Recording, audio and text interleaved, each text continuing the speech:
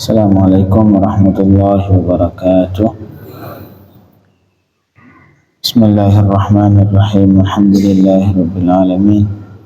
Wa sallallahu ala sayyidina Muhammadin wa alihi wa sahbihi ajma'in. Allahumma rabbi shrah li sadri wa yassir li amri wa hlul 'uqdatam min lisani yafqahu qawli.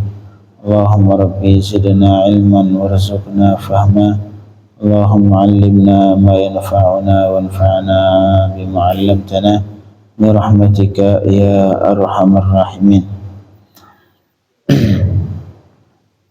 Jemaah maghrib yang dirahmati Allah Subhanahu wa taala, sebelumnya belum niat i'tikaf berniat nawaitul i'tikaf fi hadzal masjid lillahi taala. Kemudian kita lanjutkan kajian fikih tentang haji umrah. Kemarin sudah sampai kita di perkara yang disunnahkan ketika tawaf. Kita lanjutkan yang keempat dari yang pertama kemarin, yang disunnahkan ketika tawaf, yaitu tawaf dalam keadaan berjalan kaki. Yang kedua, menyentuh Hajar Aswad dan menciumnya. Yang ketiga, yaitu membaca doa ketika tawaf. Yang keempat, ketika tawaf berusaha untuk mendekat ke Ka'bah. Semakin dekat ke Ka'bah ketika tawaf semakin afdal. Tapi syaratnya yang kemarin untuk sunnah mendekat ke Ka'bah, syaratnya yang pertama tidak menyakiti orang lain. Yang kedua, kita sendiri tidak tersakiti dengan sebab berdesakan. Kalau misalkan bisa menyakiti orang lain atau kita yang terlalu berdesakan, akhirnya juga tersakiti, lebih baik saat itu menjauh. Lebih baik menjauh dari Ka'bah biar lebih lapang. Kemudian ini semua kata beliau, qala musannifu rahimahullah, ini untuk mendekat ke Ka'bah sunnahnya hadza fi haqqir rajul. Nah, ini yang tadi kita sampaikan, mendekat ke Ka'bah khusus bagi laki-laki. Ini hukumnya bagi laki. Adapun perempuan, ammal mar'atu, adapun perempuan, fayustahabbu laha alla tadnuwa hala tawafir rijal. Adapun perempuan sunnah untuknya untuk tidak mendekat ke Ka'bah ketika laki-laki lagi tawaf, daripada nanti berdesakan sama laki-laki. Nah, jadi kalau perempuan jangan mendekat ke Ka'bah giliran laki-laki banyak yang lagi tawaf. Bal takunu, akan tapi yang sebaiknya untuk perempuan, dia berdiri ataupun tawaf fi hasyatil mataf, di pinggir tempat tawaf, di ujung. Tujuannya hatta la tukhalitar rijal, sampai dia tidak bercampur dengan laki-laki. Nah, bagi perempuan sunnahnya ketika tawaf agak menjauh sedikit dengan tujuan supaya tidak bercampur sama laki-laki. Kecuali kalau misalkan memang benar tempat tawaf lagi kosong, ya sudah, silahkan. Kemudian untuk perempuan juga, wa yustahabbu laha an tatufa bil lail. Ini ke perempuan. Sunnah untuk perempuan melakukan tawaf di malam hari. Alasannya li'annahu aswabu laha wa li ghairiha minal mulamasah wal fitnah. Karena itu yang terbaik, untuk lebih tepat untuk perempuan kalau tawaf malam hari. Yang pertama, untuk menghindari dari bersentuhan dengan laki-laki, untuk menghindari fitnah. Nah, lebih baik malam, enggak kelihatan.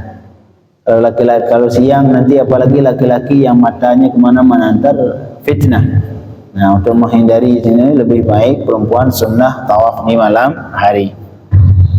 Nah, fa in kana al-matafu khalian, kecuali kalau misalkan tempat tawaf itu lagi kosong dari laki-laki.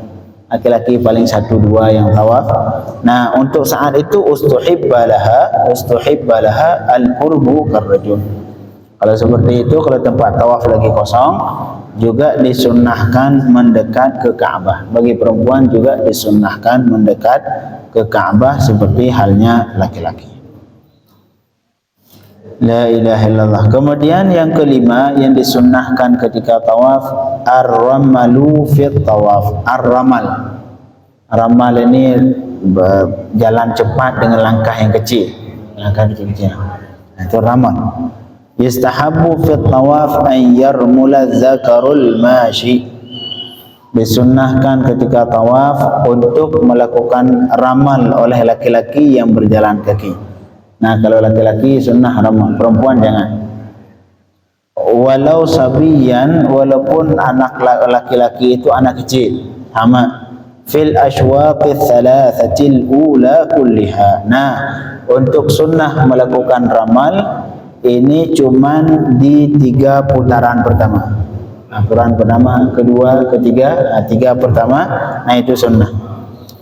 Maksud dari ar-ramal wahwa bi an yusri'at ta'if masyahu. Arti dari ramal bahwa mempercepat oleh orang tawaf akan jalannya. Jadi jalannya agak dipercepat. Muqariban khutahu, kemudian ia langkahnya diperkecil, didekatin langkahnya kecil-kecil. Nah, kemudian bila udwin wala wathbin, tapi jangan loncat-loncat, santai, jalan cepat. Jalan cepat, kemudian langkahnya diperkecil. Adapun yang berikut wayamshi fil arba'ah, adapun sisanya yang keempat, kelima, keenam, ketujuh itu sunnah jalan seperti biasa. Jalan seperti biasa. Ini pun kalau tidak dalam keadaan berdesakan. Kalau berdesakan terus gimana muramal? Orang jalan aja nggak bisa, harus dikit-dikit. Kemudian wal mar'atu, adapun perempuan la tarmul, perempuan jangan, perempuan disunnahkan untuk tidak melakukan ramal karena khawatir terjadi fitnah. La ilaha illallah.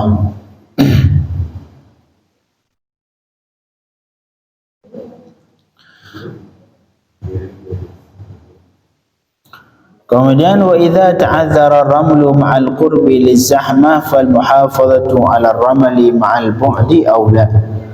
Kalau tidak mungkin melakukan ramal tadi berjalan cepat tadi, kalau berdekat ke Ka'bah, tapi mungkin untuk dilakukan ramal kalau berjauhan dari Ka'bah. Mungkin kalau terlalu dekat Ka'bah padat, ramai berdesakan, untuk melakukan ramal tidak mungkin. Kalau jauh sedikit dari Ka'bah, nah mudah bisa dilakukan ramal. Itu di sini sunnahnya, maka melakukan ramal walaupun jauh lebih baik. Nah, lebih baik melakukan ramal walaupun jaraknya dari Ka'bah agak sedikit jauh. La ilaha illallah. Jadi ramal ini khusus untuk laki-laki, perempuan tidak. Kemudian yang keenam al-ittiba'. Nah, kemudian untuk laki-laki juga, misalkan dia pengen melakukan ramal tapi berjauhan dari Ka'bah, usahakan juga jangan terlalu jauh yang nanti sampai berdekat-dekat sama perempuan. Nah, jadi usahakan selama tawaf untuk tidak bercampur dengan perempuan. Kalau sekarang susah, nggak ada aturan lagi sekarang. Semua dulu, mungkin. Kalau sekarang semua campur, laki perempuan. Apalagi ada sebagian cium hajar aswad sampai perempuan ada yang kebuka kerudung di situ. Nauzubillah min dzalik. Kemudian yang keenam al-ittiba'. Al-ittiba' ini artinya pakai kain ihram seperti selempang. Nah, itu sunnah bagi laki-laki juga. Yustahabbu lidzakari walau sabiyan al-ittiba'. Ini sunnah ketika tawaf. Disunnahkan untuk laki-laki walau anak kecil al-ittiba'. Bahasa Arab al-ittiba'. Wa huwa arti al-ittiba' ay yaj'al wasata ridaihi tahta minkabaihi al-ayman. Yaitu menjadikan pertengahan ridanya, tengah rida itulah sorban yang kita pakai di baju, di badan. Dia meletakkan tengah ridanya di bawah di bawah bahunya yang sebelah kanan. Nah, sebelah sini. Ini tengah rida taruh di sini. Wa yakshif min kabaih. Kemudian ininya bagian kanan bahu terbuka, dalam kanan terbuka. wa yaj'al tarafai rida 'alal minkabil aisar. Kemudian ujung dari sorban rida kita letakkan di sini sebelah kiri. Itulah selempang seperti ini. Jangan kebalik seperti ini, enggak. Yang benar seperti ini. La ilaha illallah. Wa yakunu al-ittiba' fi jami'i at-tawaf alladhi yarmul fihi, dan dilakukan ittiba' di seluruh tawaf yang dilakukan ramal. Tadi ramal berapa kali? 3 kali. 3 kali putaran dilakukan ramal, maka saat itu disunnahkan dalam keadaan ittiba'. Fal ittiba' mulazimul ramal. Ada ittiba' ini dia selalu menyertai dengan ramal. Ramal tadi yang berjalan cepat tadi, itu ramal. Ketika melakukan ramal disunnahkan melakukan al-ittiba'. Wa yustahabbu al-ittiba' haitsu yustahabbu ar-ramal. Disunnahkan ittiba' di saat disunnahkan ar-ramal. Lakin bedanya ar-ramlu fil ashwatil thalathati faqat.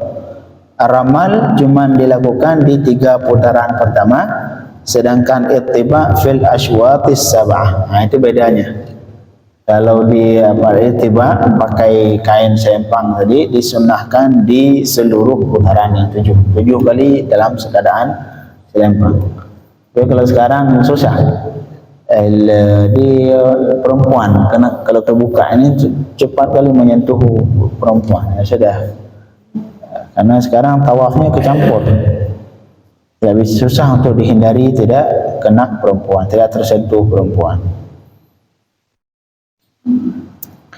La ilaha illallah.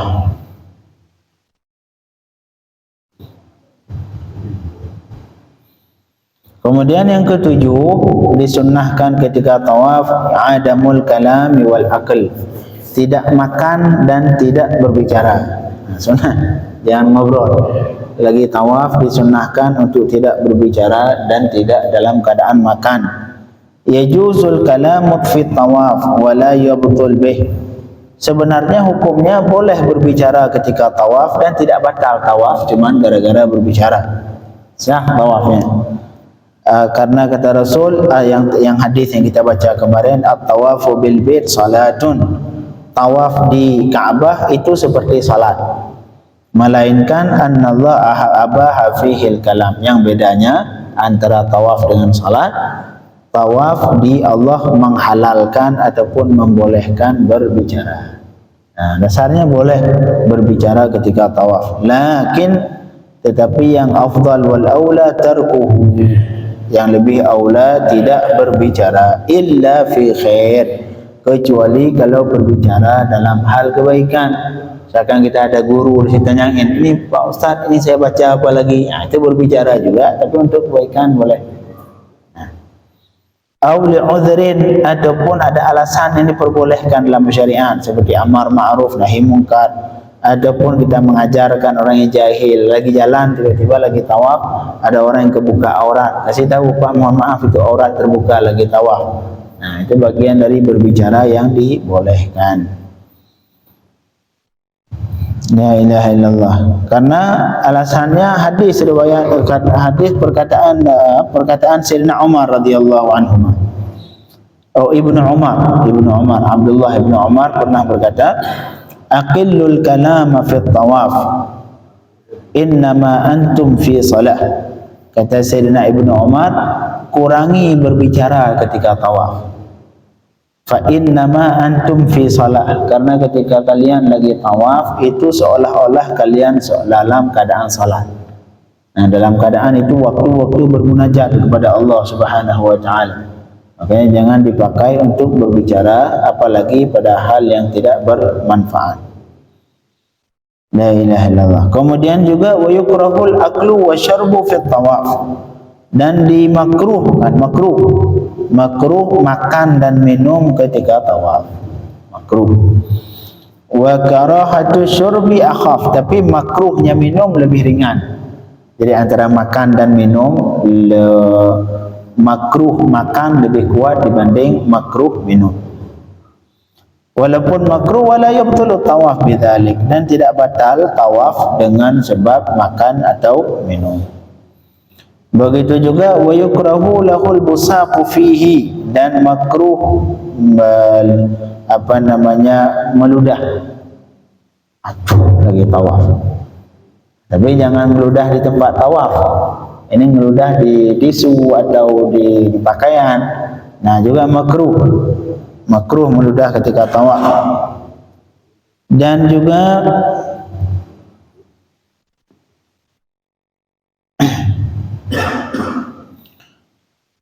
makruh juga wa an yadha' yadahu fi fami ala famih. Makruh meletakkan tangan di atas mulut.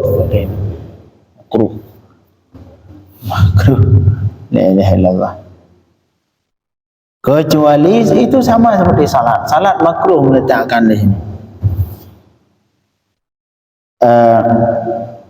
Kecuali memang ia illa an yahtaja ilaih, kecuali kalau dia butuh, misalkan lagi ada angin kemudian banyak debu, ya labas, karena itu memang hajat.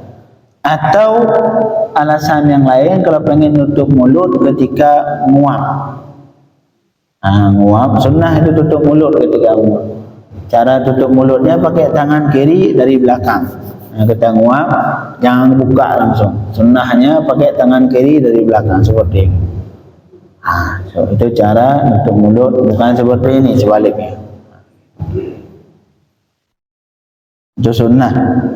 Itu termasuk dalam salat juga labas, dibiarkan. Hukum dasarnya makruh, tapi ketika nguap itu sunnah. Tapi seperti ini ya, kaifiatnya seperti ini.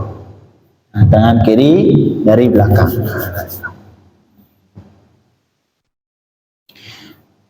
La ilaha illallah. Wa yukrahu an yushabbik asabi'ah. Makruh mentashbik asabi'. Tashbik asabi' seperti ini.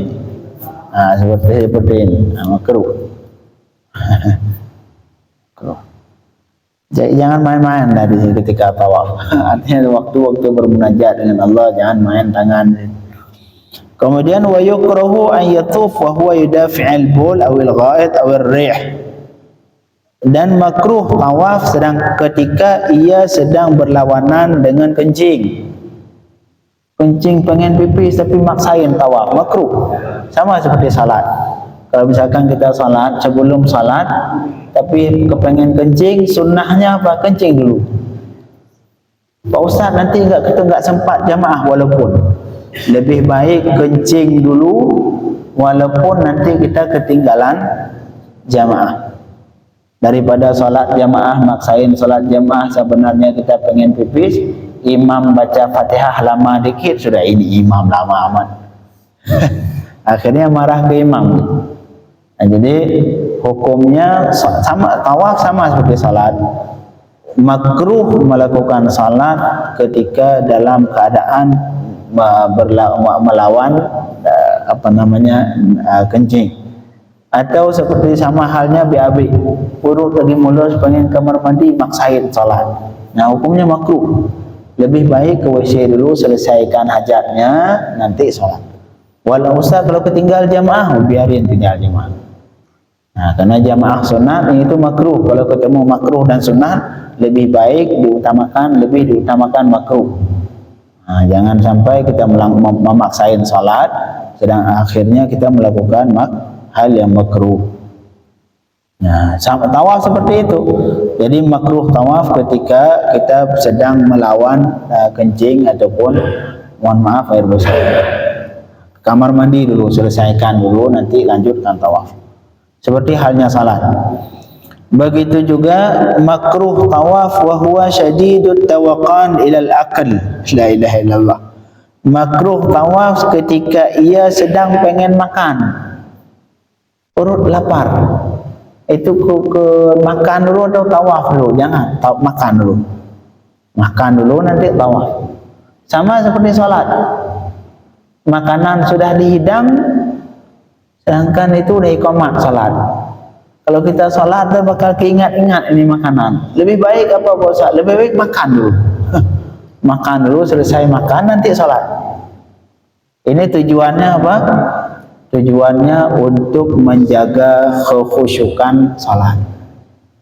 Daripada kita maksain solat sedangkan perut lagi pengen makan, nanti lagi solat keingat-ingat makanan, apalagi kalau makan rame-rame, aduh ni jatah saya ikan habis. Akhirnya enggak khusyuk. Jadi makruh tawaf ketika ia sedang pengen sekali untuk makan, perut lapar. Kemudian yang berikut, yang ke-8, disunnahkan al-muwalat. Al-muwalat artinya beriringan, tidak diselang. Oleh ini sunnah, boleh tawaf kali putaran pertama, selesai itu balik ke hotel dulu, tidur dulu 5 jam, terbalik lagi lanjut putaran kedua, pulang lagi tidur, balik lagi lanjut putaran ketiga, boleh, sah. Enggak wajib harus sekali langsung 7 kali selesai, enggak. Tapi sunnah beriringan, langsung 1 selesai 1, 2, 3, 4 sekali selesai semua 4 kali, atau 7 kali putaran. Sunnah, tapi hukumnya enggak wajib. Boleh misalkan kita subuh putaran pertama, nanti jam 5 putaran kedua, jam 6 putaran ketiga, jam ke-7 putaran keempat, boleh. Apalagi kalau kita sudah tua, kalau sekali 7 putaran mungkin capek. Caranya udah sekali-sekali, nanti pagi sekali, pulang istirahat dulu. Dan jam 7 tambah sekali, nanti istirahat 1 jam, lanjut sekali lagi. Boleh. Ya, jadi sunnahkan mualat. Mualat artinya beriringan antara putaran 1 sampai 7. Yustahabbu mualatu tawaf, disunnahkan mengiringi beriringan tawaf. Fayutabi' bainal ashwaq, maka dia membuat beriringan pada putaran 1 selesai 1 lanjut 2, 3. Jangan diselangi. Wala yufarriq bainat tawafat, dan tidak memisahkan antara tawaf yang 7 kali tawaf itu, jangan dipisah-pisah. Falau farraqa tafriqan katsiran bila udhrin la yabtul tawafuh. Kalau ia memisahkan tapi memisahkan yang pisahannya terlalu lama, bila udhrin, tanpa alasan, hukumnya la yabtul, tawafnya tetap sah. Jam 5 sekali, jam 6 sekali, jam 7 sekali, 1 jam sekali tawaf. 1 jam 1 putaran, sah? Bal yabni ala ma madha, tinggal nanti misalkan jam 5 sekali, jam 6 tinggal lanjutin tawaf kali kedua. Wa in tala zaman bainahuma, walaupun zamannya terlalu jauh antara kali pertama, putaran pertama dengan putaran kedua sangat lama, hukum tawafnya tetap sah, lakinnahu yukrah, tapi makruh kalau terlalu dipisahin terlalu lama. Walau farraqa yasiran lam yadur, adapun kalau dipisahin antara satu tawaf dengan tawaf yang lain cuman sedikit, buat minum misalkan, udah 2 kali sudah capek pengen ngambil air zam-zam minum terlanjut, silahkan, sah. Itu lam yadur, tidak apa-apa.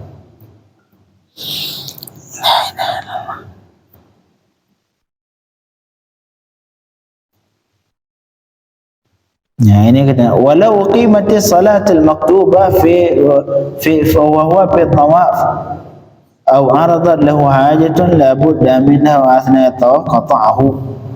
Kalau misalkan iqamat salat, kita lagi tawaf baru 2 kali tiba-tiba iqamat Allahu akbar, pengen salat di situ. Ini gimana, kita baru 2 kali? Sunnahnya potong tawaf, enggak usah maksain orang lagi salat. Udah ikut salat aja. Kalau salat berjamaah, nanti selesai salat baru melanjutkan. La ilaha illallah. Kemudian wa idza ahdath, apabila berhadas ketika tawaf, wajaba qat'u, wajib memberhentikan tawaf. Kalau sudah berhadas, berhenti. Walakin la yabtul ma madha min tawafih, tetapi yang sudah lewat, tawaf yang sudah lewat dia lakukan sah, ya enggak batal. Misalkan kita sudah 2 kali, yang lanjut kali ketiga keluar angin misalkan, sudah keluar wudu, tinggal lanjut tawaf ketiga. Fayatawadda wa yabni alaih, maka dia tugasnya keluar berwudu kemudian melanjutkan, tinggal lanjutkan yang sudah dilakukan tadi, tambahin sampai selesai. Wa yabni minal mawdi' alladhi wasal ilaih. Nah, di mana kita mulainya? mulainya lagi nanti, mulai lagi di tempat kita berhadas. Jangan kali ketiga kita berhadas di sini, di sini. Udah ntar masuk tinggal di sini lanjut. Nah, jadi kita melanjutkan nanti ketika selesai berwudu di tempat di mana tadi kita berhadas. La ilaha illallah. Itu yang ke-8, yaitu sunnah beriringan antara 7 kali putaran tawaf. Kemudian yang ke-9 yang disunnahkan ketika tawaf yaitu rakaat at-tawaf. Sunnah melakukan 2 rakaat salat setelah tawaf. Namanya salat sunnah tawaf. Nah, sunnah selesai tawaf 7 kali, minggir, salat 2 rakaat. Rakaat sunnah, salat sunnah, niatnya usalli sunnatat tawafi raka'ataini. Sengaja aku salat 2 rakaat, salat sunnah tawaf 2 rakaat. Nah, namanya salat sunnah tawaf yang dilakukan setelah melakukan 7 kali tawaf. La ilaha illallah.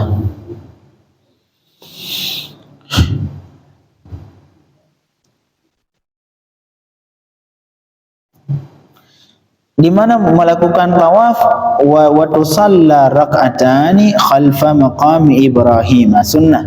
Sunnah dilakukan salat 2 rakaat ini di belakang makam Ibrahim, imamkan kalau memungkinkan.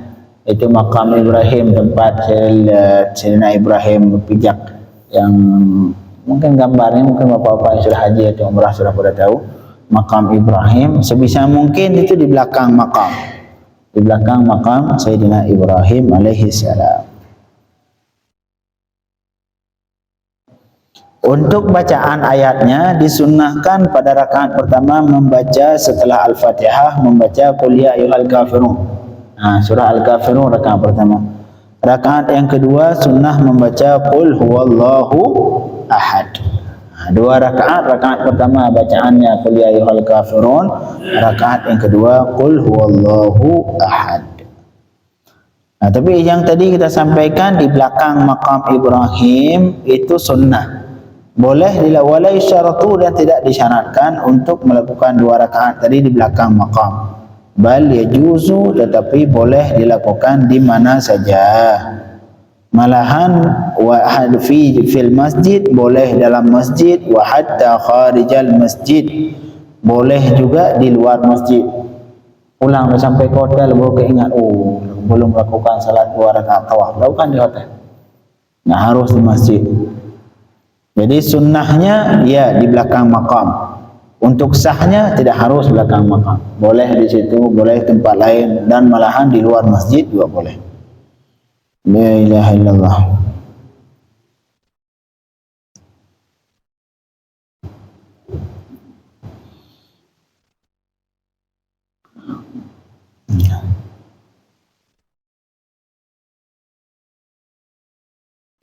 Kemudian pembahasan terakhir tentang tawaf, ini pembahasan terakhir. Besok kita lanjutkan tentang pembahasan sa'i, ya, rukun keempat. Yang pembahasan terakhir yaitu waktu tawafil ifadah, waktu melakukan tawaf ifadah. Karena perlu saya sampaikan, terutama dalam bab haji. Bab haji itu ada tawaf, ada berapa kali tawaf? 3 kali tawaf. 3 tawaf ketika haji. Yang pertama namanya tawaf qudum, itu sunnah. Tawaf qudum sunnah. Yang kedua tawaf ifadah, yaitu tawaf rukun. Tawaf rukun itu fardu rukun. Yang terakhir nanti ketika mau pulang namanya tawaf wada'. Nah, nanti 3 kali. Kalau yang qudum sunnah, tawaf ifadah rukun haji. Yang terakhir tawaf wada', hukumnya bagian dari wajib haji. Yang hukumnya wajib dilakukan, kalau tidak dilakukan wajib bayar dam.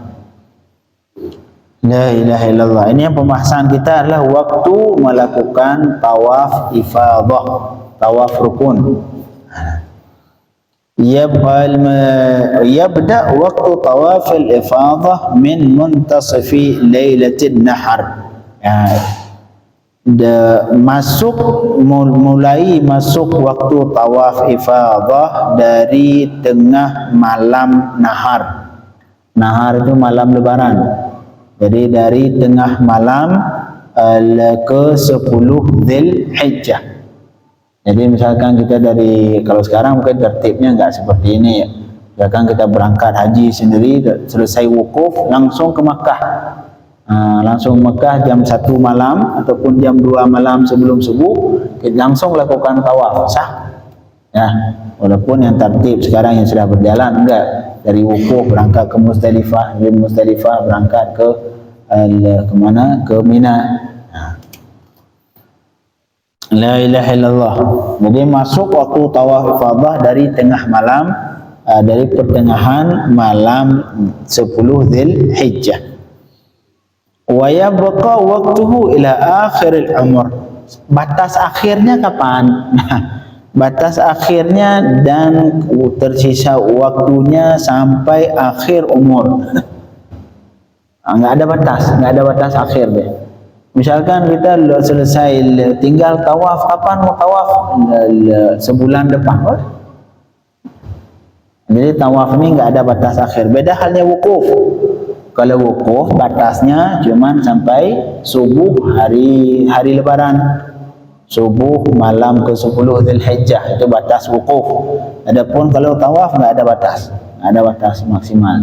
Kapan saja boleh. Cuman yang penting selama belum melakukan tawaf kita selalu dalam terikat dengan ihram. Itu aja.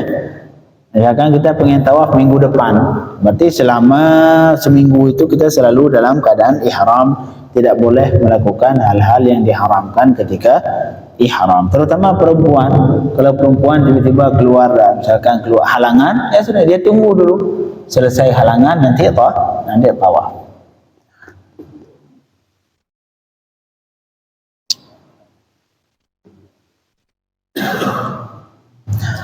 Kita cukupkan dulu, besok kita lanjutkan pembahasan waktu tawaf ifadah. Allahumma faqihna fid din wa 'allimna at-ta'wil waftah 'alaina futuhal 'arifin. Sallallahu ala sayyidina Muhammadin wa alihi wa sahbihi wasallam. Walhamdulillahi rabbil alamin.